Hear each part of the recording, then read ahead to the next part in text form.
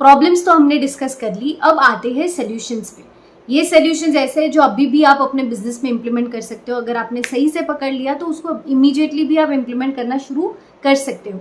Achievement accelerator programme के साथ आप जुड़ो हो तो आज की बात है, but you can immediately start implementing also.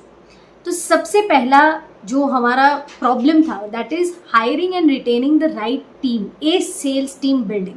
Problem number 1 के लिए solution number 1 is create a proper hiring structure. हमें एक proper right hiring structure as per our business, हमारे बिजनेस मॉडल के हिसाब से, हमारे हिसाब से, वैल्यू सिस्टम कल्चर के हिसाब से हमें एक हायरिंग स्ट्रक्चर प्रॉपर बिल्ड करना है। जब ये प्रॉपर हायरिंग स्ट्रक्चर बिल्ड हो जाता है तो गैप्स जो है वो बहुत कम हो जाते हैं। सी, रिजल्ट आउटकम हमारे हाथ में नहीं है, काम हमारे हाथ में। तो काम में जो स्टेप्स हम ले सकते हैं वो स्टेप्स की बारीकियों में जाके अगर एक एक चीज़ को हम टिक मार्क करते हैं तो हमारा फेलियर का स्कोप है ना और कम होते जाता है। So creating a right hiring structure for your business. Next जो आप कर सकते हो वो है creating a right training and development module for your sales team. इससे उनका ग्रोथ भी इंश्योर होता है, इससे उनका ट्रेनिंग डेवलपमेंट उनके ऊपर फोकस एंड ध्यान दिया जाता है, मेकिंग श्योर कि उनका ट्रेनिंग एंड डेवलपमेंट जो मॉड्यूल है वो एज़ पर कंपनी स्टैंडर्ड्स भी है, एज़ पर इंडिविजुअल जैसी टीम है उनको जो रिक्वायरमेंट है उसके हिसाब से एक proper training and development module set करना। Third is creating the right growth structure for your team. अगर आज से 5 साल बाद 10 साल बाद भी वो आपकी कंपनी के साथ जुड़े हुए हैं तो एक ग्रोथ स्ट्रक्चर उनको पता होना चाहिए कि मैं किस तरह से ग्रो करूँगा in terms of designation, in terms of money, in terms of so many other things that motivates them to work. तो प्रॉपर एक ग्रोथ स्ट्रक्चर बनाना ज़रूरी है। इससे आप आपके पहले प्रॉब्लम जो टीम वाला प्रॉब्लम है उसको सॉल्व कर सकते हो। ग्रोथ स्ट्रक्चर में सैलरी, इंसेंटिव, वो सारी चीज़ें आ जाती हैं, right. Next solution number 2 is getting the right systems and processes in place।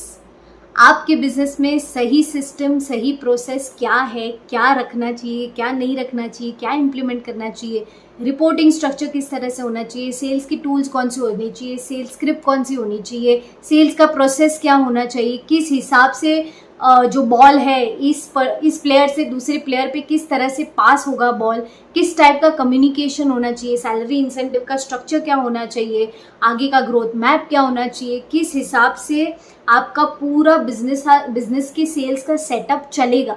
उसके लिए जो भी सिस्टम्स एंड प्रोसेसेस जो मैंने इतनी सारी गिनवाई, उसके अलावा भी जो भी सिस्टम्स एंड प्रोसेसेस लगती है वो सारी सिस्टम्स एंड प्रोसेसेस को इन प्लेस बिठाना। That is solution number 2। Next solution number 3 है identify and clarify your mindset in terms of sales automation. Sales automation में आपको जो चीज़ें रोक रही है आपके माइंडसेट में, उसको आइडेंटिफाई करना और उसको क्लियर करना। फॉर एग्जाम्पल, मेरे बिजनेस का सेल एकदम अलग है, इसमें एक्सपर्टीज ही लगती है, तो मेरे अलावा और कोई कर ही नहीं सकता। इतने बिजनेस ओनर्स को मैंने देखा है ये सेम चीज़ बोलते हुए कि मेरे अलावा तो मेरे बिजनेस का सेल कोई कर ही नहीं सकता। ये माइंडसेट है।